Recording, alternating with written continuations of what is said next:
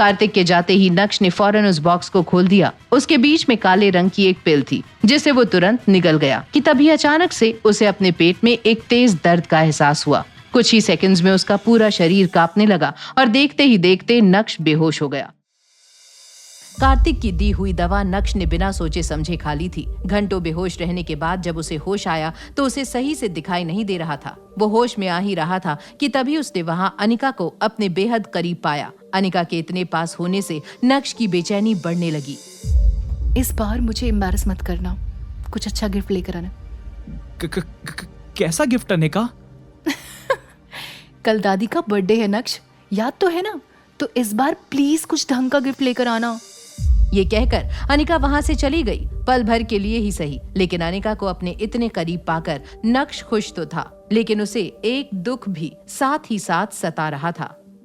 Birthday तो कल मेरा भी है, पर शायद वो किसी को याद नहीं। चल नक्श, सो जा, तेरी किस्मत में ही नहीं है बर्थडे मनाना।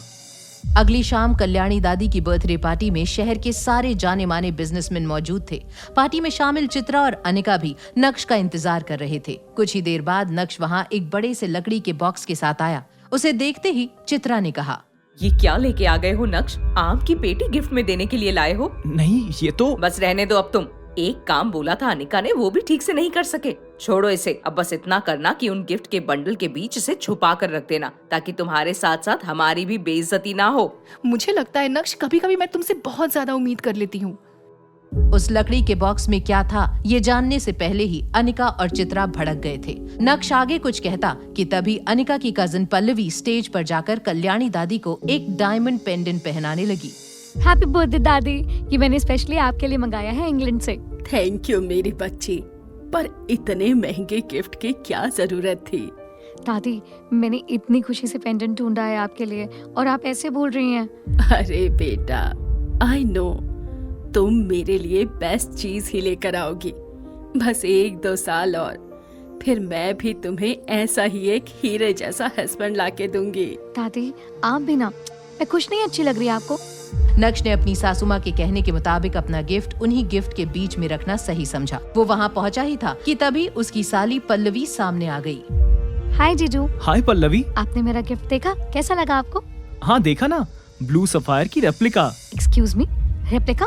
इट्स ओरिजिनल, वो भी 1.5 करोड़ का। राइट, फिर तो किसी ने आपको बेवकूफ बना दिया। पल्लवी जी, ब्लू सफायर मेरी तरह होते हैं। लाइट कैसी भी हो, रंग सिर्फ वही दिखेगा जो उसकी असलियत होगी, और फेक तुम्हारी फैमिली की तरह।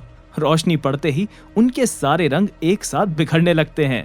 डीलर को तो मैं छोड़ूंगी नहीं, पर तुम्हें ये सब कैसे पता? पता तो मुझे बहुत कुछ है, बस बेवजह किसी को ज्ञान नहीं देता।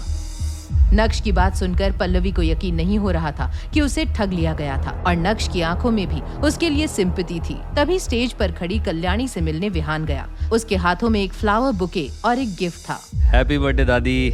थैंक यू सो मच बेटा। गिफ्ट तो दिया, पर ये फ्लावर्स, ये किसके लिए है? अरे भाई, ये सबको पता है कि ये गुलदस्ता किसके लिए है।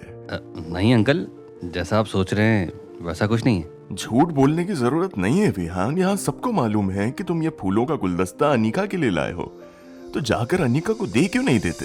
अनिका की शादी भले ही नक्श से हुई थी, लेकिन जावेरी खानदान में कोई भी उसे पसंद नहीं करता था, और अनिका को विहान पसंद था। इसीलिए सब मन ही मन ये सोचते थे कि एक दिन अनिका की शादी विहान से हो जाएगी। तभी मैम्बो अंकल के फोर्स करने पर विहान अनिका के पास जाकर घुटनों पर बैठ गया।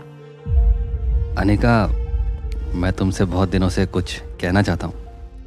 मुझे नहीं लगता कि इससे अच्छा कोई और टाइम हो सकता है। प्यार में लोग पागल होते हैं, लेकिन इतना ज्यादा कि दूसरों की वाइफ से प्यार करने लगे, ऐसा बहुत कम होता है।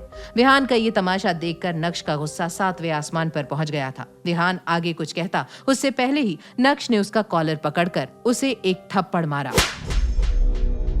तेरी हिम्मत कैसे हुई मेरी बीवी को प्रपोज करने की? आज मैं तुझे नहीं छोड़ूंगा। नक्श, प्लीज यहाँ तमाशा मत करो, छोड़ो उसे। हाथ किस पे उठाया तूने? अपनी औकात भूल गया क्या? पूछ अपनी बीवी से, तुझसे प्यार करती भी है क्या? वो मुझसे प्यार करती है या नहीं, उससे फर्क नहीं पड़ता। मैं उससे बहुत प्यार करता हूँ। नक्श, हाथ जोड़ रही हूँ, प्लीज प्लीज मेरे लिए छोड़ दो विहान को। क्या नक्श उतार देगा विहान के प्यार का भूत? क्या नक्श को चुकानी पड़ेगी अपने गुस्से की कीमत? और अब कौन सा मोड़ आएगा अनिका और नक्श की इस कहानी? ये जानने के लिए देखिए अगला एपिसोड सिर्फ पॉकेट FM के YouTube चैनल पर, और इंस्टा एम्पायर के सारे एपिसोड्स को सुनने के लिए डिस्क्रिप्शन में दी गई लिंक से डाउनलोड कीजिए पॉकेट FM ऐप।